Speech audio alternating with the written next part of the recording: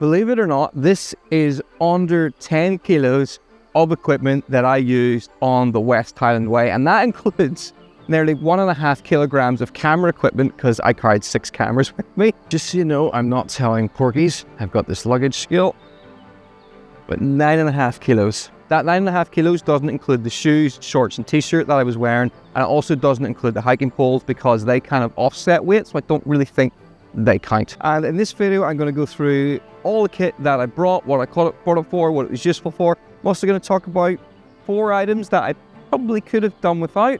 But if you want to see this stuff in action, go and check out my series on the West Highland Way. The West Highland Way is an incredible route, and I had a horrible time.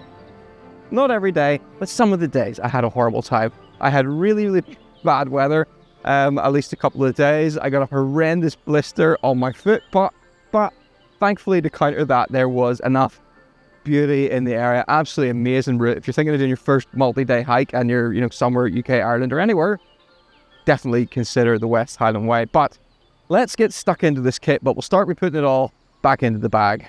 This pack is the Instinct KILPI 40. It's a pack that is designed more around the philosophy behind trail running bags rather than backpacking bags. So it doesn't have a waist strap, and instead it kind of hugs your body to distribute the weight. Now, when I put this on for the first time, I was a bit skeptical about whether or not that was going to work, but I can honestly say over the entire 5-6 days that I was on the West Highland Way, not once did I think I was getting uncomfortable on the shoulders. Now, probably you need to be careful with how much weight you put in this. I think around 10 kilos, 10, 11 kilos is going to be about the maximum, but I get on really well with this bag.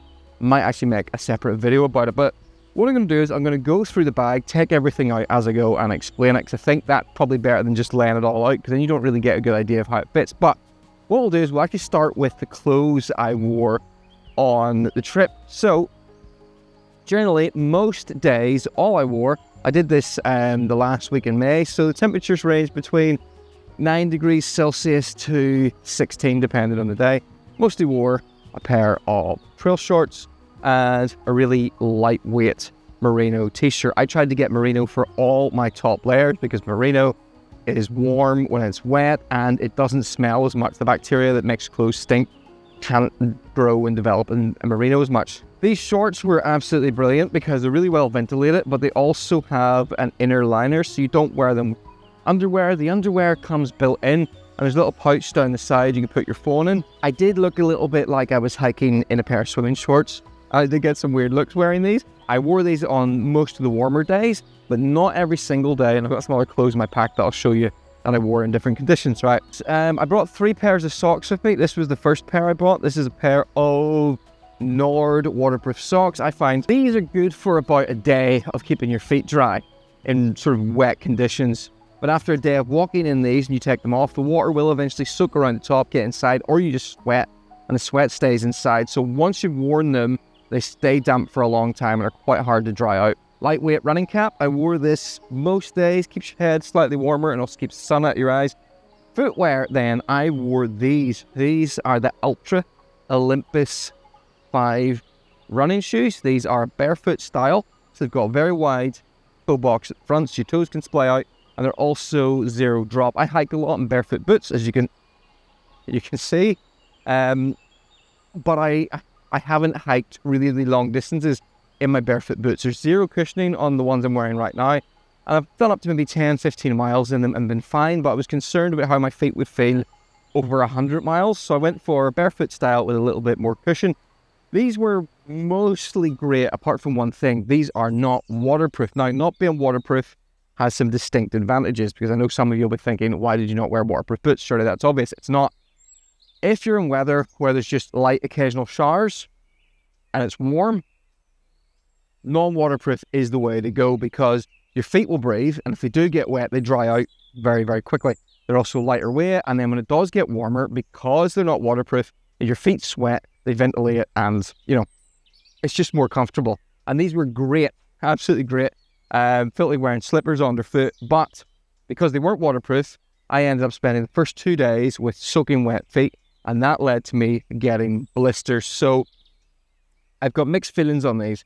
Very, very comfortable, amazing for doing those longer distances, but if you're going to have to hike with wet feet for 20 hours, Like, these are something I recommend everybody gets if you're going to hike in trail runners. A lot of people are doing that now because of how much more comfortable they are compared to normal boots.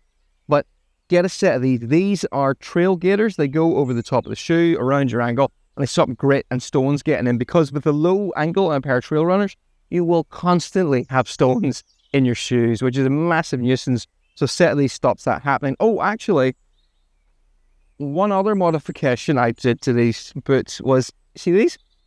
These are elasticated lock laces, which mean I never had to tie my laces. They're elastic, so just slip them straight on my feet. And it does mean if you get anything in them, they're really easy to take on and off. And also when you get to camp, loosen up the lock laces and it converts your shoes into a pair of slippers. That's another reason actually why these were good around camps. People told me, you're going to need a pair of flip-flops to wear at camp. You don't want to wear your boots. These were so soft and comfortable. I was perfectly fine wearing them around camp, even after I've been done 25-mile days in them. The only disadvantage was if you got them wet, you're walking around in wet shoes. Absolutely essential item for me was my walking poles, carbon fiber walking poles. I got 2 of these. These completely change how far I can walk without discomfort, how fast I can walk. And also, when you use these poles, it's a full body workout. You're not just using your legs. They're better for your back. I've got chronic back problems, which sometimes triggered by walking long distances wearing backpacks. No problems on this trip with my back whatsoever. Poles are amazing.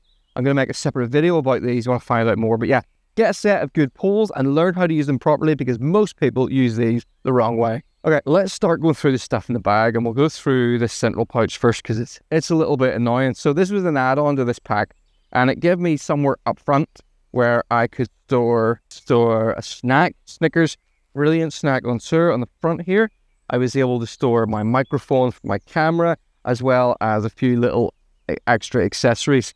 This is the main microphone, wireless microphone I used. This is the DJI Mic 2. And then in this back pouch here, I was able to store my main camera, which was this. This is the DJI Pocket 3. And this little gimbal camera was the camera I shot most of my trip on. This is a fantastic camera. It's got a 1-inch sensor up in here, shoots really good quality video, and it also will blur out the background unlike a normal action camera. The downside with this thing is the battery life is not very good. I've got a camera that follows my movements. I can't escape no matter where I go. The other camera I had in there was this. This is the new Insta360 X4. This is a 360 camera. And I combined that with, oh yes, up in here, my tripods and poles. I combined that with this pole. This is a 1.5 meter long pole, which comes right out to here. And when you put this camera on the end of this, you get shots like this. Now, you want stuff to be as multifunctional as possible to try and keep your weight down. So while this invisible selfie stick worked really well for the X4, what I was also able to do was, and actually several people commented on this, I bought this tiny tripod, screw that on the bottom, open that up,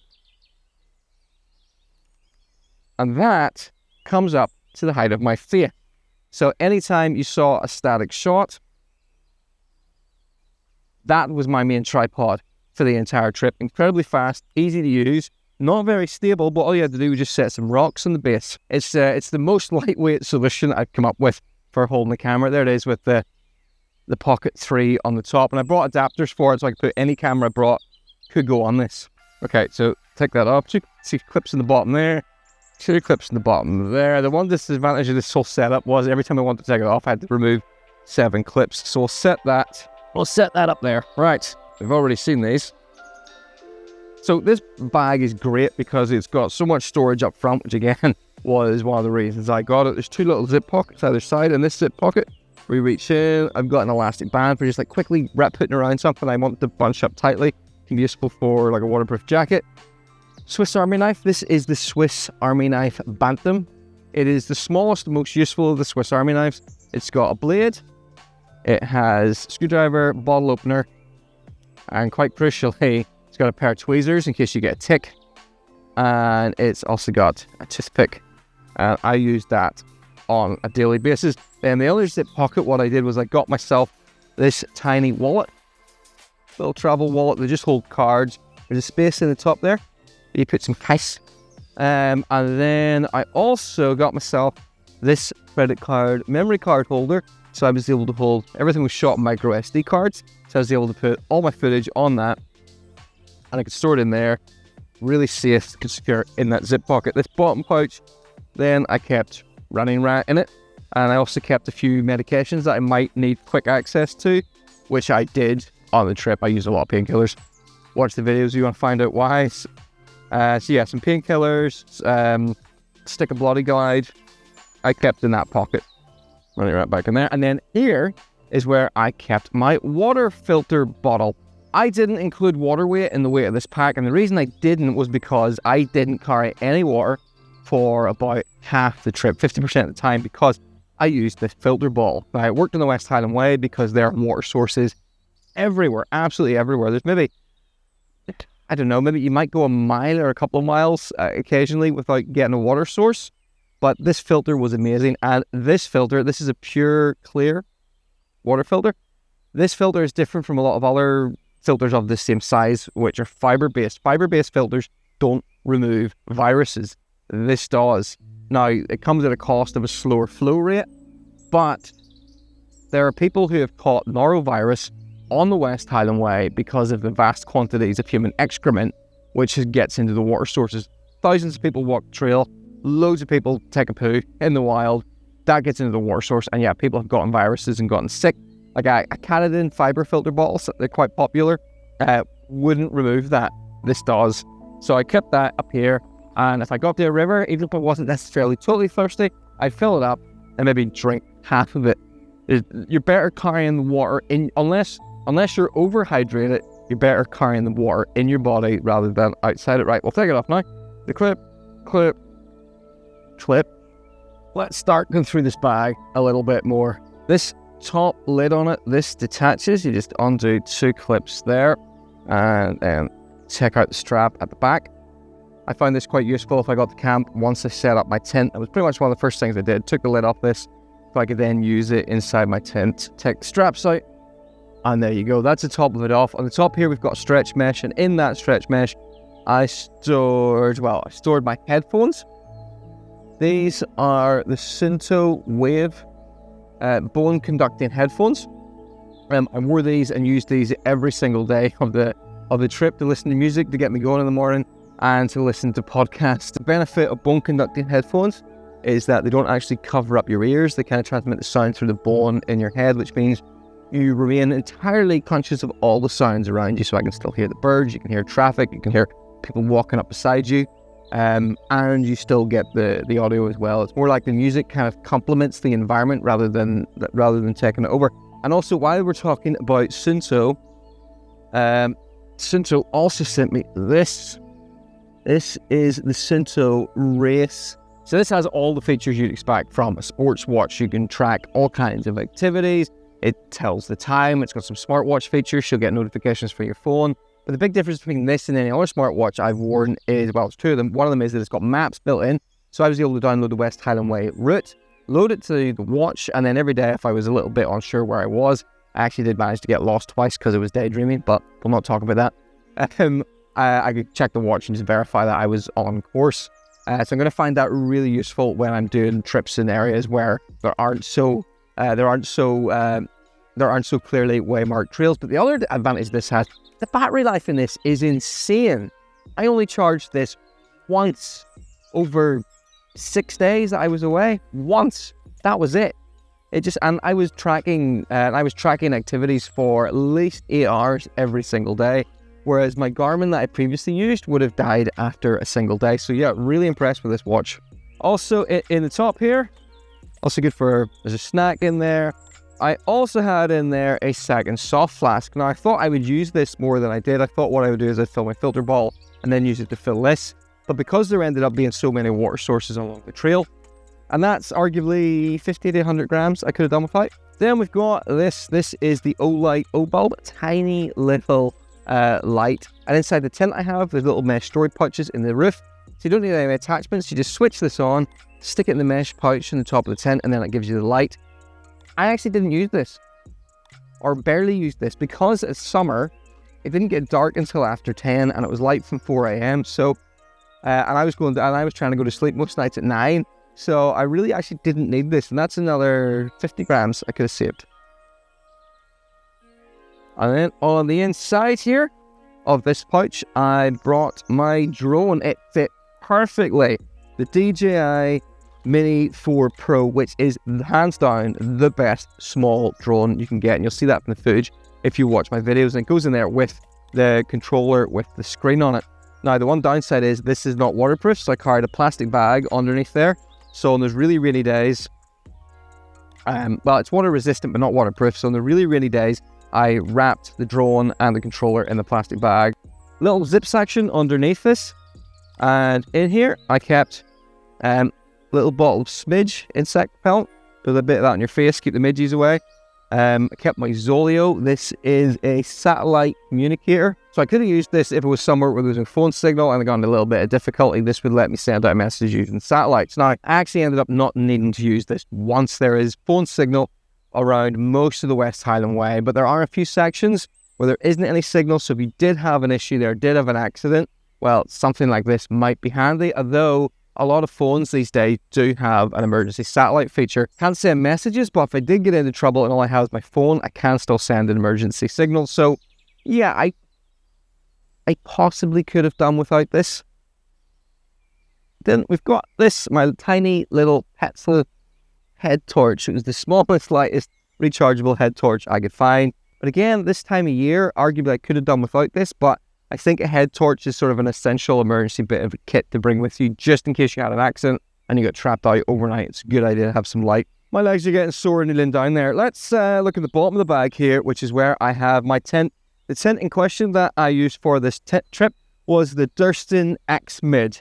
One person backpacking pit tent that uses trekking poles to pitch.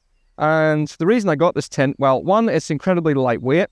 It weighs less than a kilo. I think if you include all the pegs and everything I had, it was under 900 grams. It's probably the most spacious feature-filled tent you will get for that weight and for that money. And another big advantage is pitching this tent is super easy, barely an inconvenience. All you have to do is put in 1, 2, 3, 4 pegs and then add 2 trekking poles. And that is pretty much it. It's got 2 vestibules on either side. It can be pitched with the inner at the same time, or as I've got it here, it can be pitched outer only, so you can set it up as a super handy shelter. I love this tent. It is now officially my favorite tent of all time. Might not be the most robust in like really, really windy, strong conditions, but for 90% of the camping I do, this is going to be the tent I use from now on. I love it. Love it. And if you want to find out more about this tent, I have shot a separate video going through a few more of the features. Right, top of this bag has an additional roll top that expands the storage on it up to 40 litres. And in here, I kept this, a dry bag. And in this dry bag, this is pretty small. You might think, oh, he's only got a sleeping bag in there. Well, actually, I do have a sleeping bag in here, but I've got more than a sleeping bag because within this dry bag was enough space to compress a down jacket. Now, originally, I had planned to bring a synthetic jacket with me, not down, but I changed to my old down jacket at the last minute because it was about 200 grams lighter, but more crucially, I could crush it down to the size of a grapefruit. And then in here, we have my sleeping bag. This is the Xped Ultra, was it Xped? This is the Xped Ultra Zero sleeping bag. It's got a comfort rating of 6 degrees Celsius. It packs down absolutely tiny. It weighs, it's about 700 grams. It's expensive, but amazing bag. I was warm and cozy the entire trip with that sleeping bag. There's another stretch mesh on the front of this, and in here I kept waterproof trousers. These were great. I could chuck them over my shorts, or I could chuck them over my other trousers that you'll see in a second for an extra layer of both insulation, windproofing, and also keeping me dry when it rains. So nice and lightweight. This was my waterproof jacket that I used. You can see it's pretty tiny. I was going to bring my heavier Harrier waterproof jacket, which would have been a bit more robust and probably cope with the conditions I was in better. but this was over 200 grams lighter. I thought it'd be perfect for this because the forecast has said there's only going to be light showers. In the end, this thing wetted out after about an hour on the first heavy rain on the first day, so it really didn't do its job very well. It did, however, cut the wind and kept me dry, so it was fine for light showers, but it was not fine for the really long days of heavy rain. I was soaked to the skin wearing this, but it does pack down incredibly small, so if it had have only been on-off showers, it probably would have done the job. Another feature I love about this bag is it's got this massive front pocket on it, so I can just get all my stuff. I don't need to like pull everything out, have a look. I just open it up and everything is in here, and we'll go through this stuff slightly faster. This is my electronics pouch. In this I have a 20,000, I'll bring it over. In this I've got a 20,000 milliamp hour power bank. I have a very small NGAN charger, 30 watt charger, spare drone battery, and cables for everything. Now in the end, this wasn't actually quite enough for me because this power bank takes 6 hours to charge, which I didn't allow for. But then I had a lot of cameras with me. I was making a video the whole time, so if it hadn't been for that, this probably would have been loads. Now, another thing I want to point out are this plastic bag that this is in. This is an airport safe liquids bag. You can get these in Amazon. They would cost about £3 each. Incredibly cheap, waterproof, and much cheaper than the bags that ultralight camping shops will try to sell you. Okay. First aid kit, once again, in one of those bags. In here, I've got a small first aid kit. I've got painkillers, I've got blister plasters, I've got arm plasters, bandages. I also have toothpaste and my toothbrush. Let me show you my toothbrush. Lots of people were going nuts about the ultralight toothbrush that got released recently. You can attach to your spoon. I just bought a bamboo toothbrush and cut the end off. So I've got a sawn off toothbrush. Then I wrapped a little bit of insulating tape around it just in case I needed tape to repair something, and that's stored in there. Something else that's handy in here is I bought these sun cream sachets. Rather than carrying a bottle of sun cream, carry these individually portioned. One of those will pretty much do your face and your arms nearly. Yeah, and then a few extras I chucked in, like allergy medication and Gaviscon for when I ate something weird.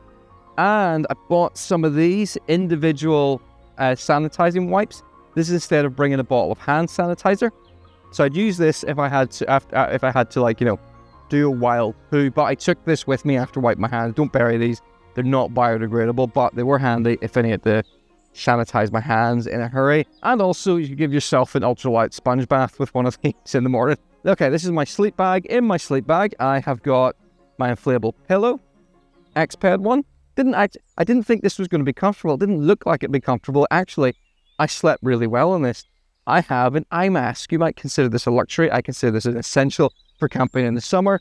I've got some earplugs, and then I have this, the FlexTail Zero pump. This will, a single charge of that, inflate up my mat every single time I needed it during the trip. And you might think, well, why not just use pump sack? That weighs less than the pump sack. I think it's about 30 grams lighter than the pump sack. So this is my food bag, and in this I've got about 1,000 calories of food, and that's all I carried with me because there's loads of places you can stop and get food along the West Highland Way. And most days what I did was, if it was in a town or a village, or if it was past somewhere where there was a cafe or a pub or somewhere I could go in and get a proper meal, I went in and I had a proper meal. And then I just went and pitched in camp for the night because I didn't really need to eat anything more that day. I kept this for an emergency in case it was a day where I couldn't get in somewhere. And I only used it once. There was one really long day going between the Bridge of Orkney and Glencoe Ski Resort where I wasn't able to get breakfast anywhere. And I would have been walking for 10 miles without any food. And on that day, I dipped into this and ate the dehydrated meal. But actually, upon review, I probably could have ditched this. This was a 400 calorie ration bar. Didn't touch it once, so arguably I didn't need it, and that's another 200 grams. This is my anti-midge pouch. Sounds like my dear Aunt Midge. This is my all the bits and pieces that would keep the midges away from me. I have a midge net for over my face. But then also what I find a lot more useful is I brought citronella candles with me. So I had about 4 of these on me at a time, and I was able to replenish them because every camping shop along the way, or even garage, even any shop along the way, sell these. And I also brought some of these. Can you see these? These are little tiny cones. These are made by the Smoking Midge, and if you light one of these, it gives off a smell and smoke for about 30 minutes. Now this comes with a whole thing you mount in your arm, and you walk around with smoke coming out. But what I did was I took a used tea light, put one of these into it, lit it in the morning in the tent, and that cleared out any midges in the tent. So when it comes to dealing with the biting midges, it's a multi-stage process. I carried smidge, I put my face and arms, that generally kept them off, stopped them biting me. I used those tea lights and those little cones that should keep them physically away from me or away from my tent. And then I had the midge net. If they got really, really bad, I could put it on over the top. But then also what I did was, because not only the midges you're worried about, you're also worried it. I treated all my clothes with permethrin, which is like a spray-on insecticide stuff that you can spray on all your kit. If ticks get on your clothes, it will actually kill them. I had no problems with ticks in this entire trip. But when it comes to the midges, have more than one strategy. A couple other things that are in there. A little roll of some electrolyte tablets that I could drop into my water if I felt I needed those. And then a little bit of Gorilla Tape wrapped around a piece of cardboard. There's enough here so that if I snap the hiking pole in half, I'd be able to use this to sort of do a bit of a repair. Okay, cook system now. And I brought this. That was it. That was my cook system. This weighs very, very little. I think it's about 200 grams. Little 400ml titanium cup. And in here, I've got, there's a piece of tin foil. I've got folding titanium spoon. I've got a lighter. And I've got a tiny little alcohol stove. And then there is an ultralight support. And I build this all together. And all I brought in terms of fuel for this was this 100ml bottle. This alcohol stove setup, including the fuel, ended up being, I think, half the weight of the lightest gas setup I could get. It was enough to boil water for the one time I actually ate a dehydrated meal. And there was enough fuel in here to heat up water several times to a temperature hot enough for a hot drink. Oh yeah. The other essential part of my sleep system then was this. This was my mat. This is the Xped Ultra R medium wide mat. Now originally I was going to bring a mat that was 200 grams lighter than this, which was the Xped 1. But in the end I decided I'm going to be camping for potentially 5 nights, so I'm going to prioritize my sleep. So I brought a bigger rectangular mat, and actually it was one of the best decisions I made. It was only 200 grams heavier than a more lightweight mat, but I slept brilliantly the entire trip. Love this mat. Couple of things in here. I had some emergency toilet roll, and I had a poop shovel in case I needed to do a wild poo, so I could probably dig out the ground and, ensure everything's properly buried where it's going to decompose and not sit on the surface the way some people seem to think was appropriate. Couple of little useful items here. This was my towel. This was the only towel I brought. I actually used this after showering. So I was able to dry my head with it, and that was about it.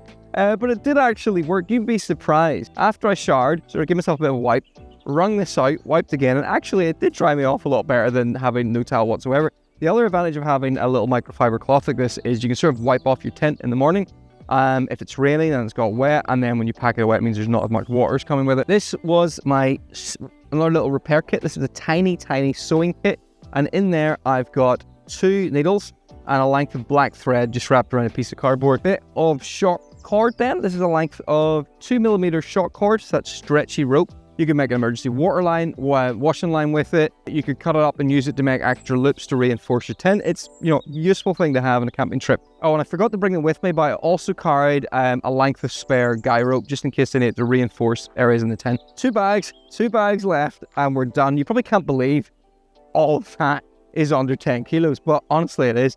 Right, so this dry bag, this is my nightwear. I keep this completely separately and in a stronger dry bag. No plastic bags here. In this, I keep a pair of merino wool smart wool boxers.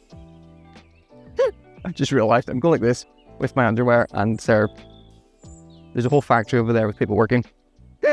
So yeah, merino wool, these are the best. They take a long time to become stinky and they're very comfortable for sleeping on at night. So I wore those along with this as my pajamas. This is a Lumi merino base layer, and it is the softest, coziest, most comfortable base layer I've ever worn. I love this thing. It's brilliant for sleeping in because it doesn't restrict you in any way. It's really, really stretchy, but it's merino, so it's very, very soft. Doesn't smell. You can wear it for days and days with no problems. There we go, Lumi, and it's also a Scottish brand, so perfect for the West Highland Way. Last two things I had in here, where I had a buff in case I got a little bit colder, and then I had a pair of gloves.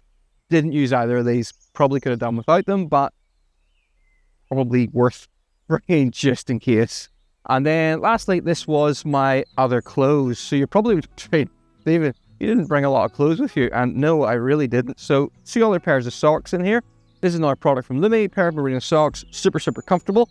And then I brought a different pair of socks, which were these. These are the Harrier double-layered anti-blister running socks. Again, really, really comfortable and good at preventing blisters. I brought 3 pairs of socks to try and see how the 3 different pairs would perform. And I'd say these performed equally. Although if you're going to do a lot of running, you know, the running sock might be slightly better. But these were beautiful to hike in.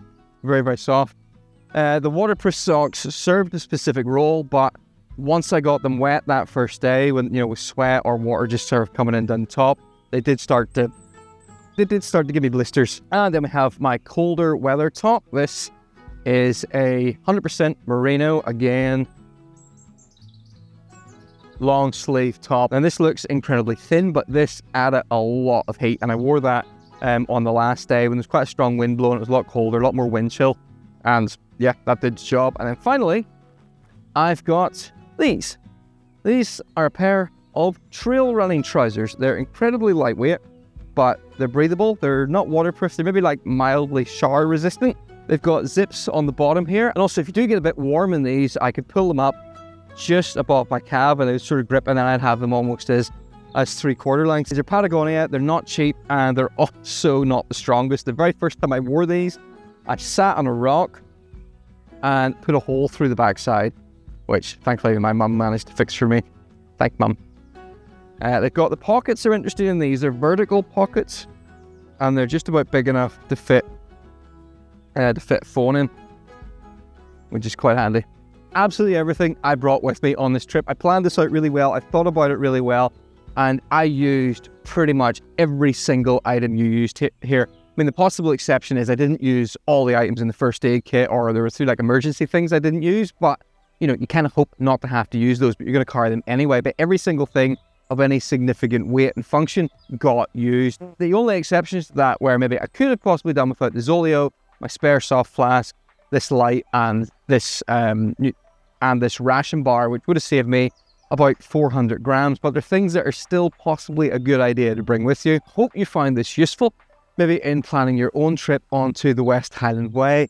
Love to know what you thought of this. What I do love about kit is that everybody will have different opinions on what is essential. Some people will look at this and decide there's loads of it wasn't essential. There's some people who look at this and say, why on earth did you not bring X, Y, Z? But I managed to get by 5.5 days on trail without really wanting for anything. Now, this worked for the West Highland Way, but if I'd been going somewhere where there weren't places where I could eat and there weren't shops along the way, I'd be carrying a lot more, because I would have needed a lot more food in particular. But this worked brilliantly for the West Highland Way.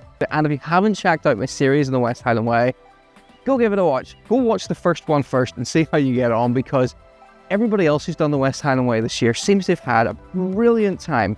Fantastic weather, sunshine, no rain, no wind. And I did not have quite the same experience.